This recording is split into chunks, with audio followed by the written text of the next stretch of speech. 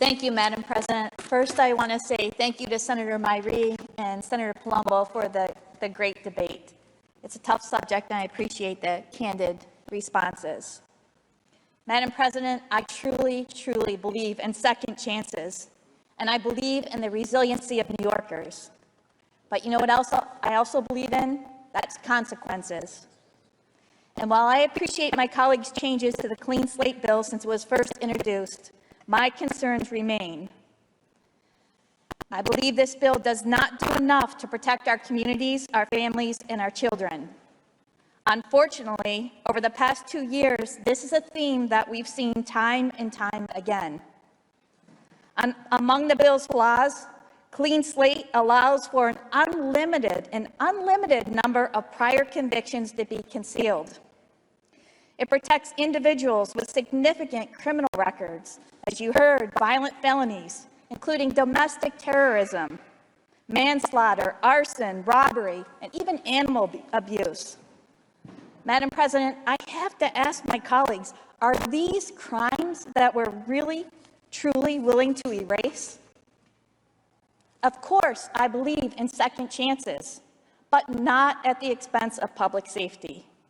Like the majority of my constituents, I oppose the disastrous bail and discovery policies, less is more parole changes in the HALT Act.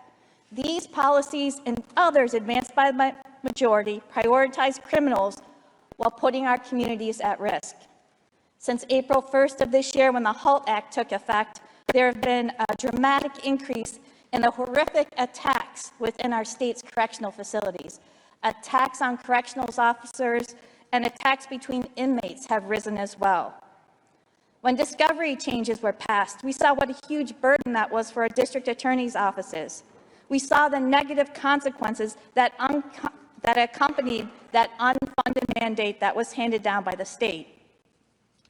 Now, with the Clean Slate legislation, we're faced with yet another unfunded mandate, another bill that is primed to overburden our law enforcement officers, our DAs, and our judges.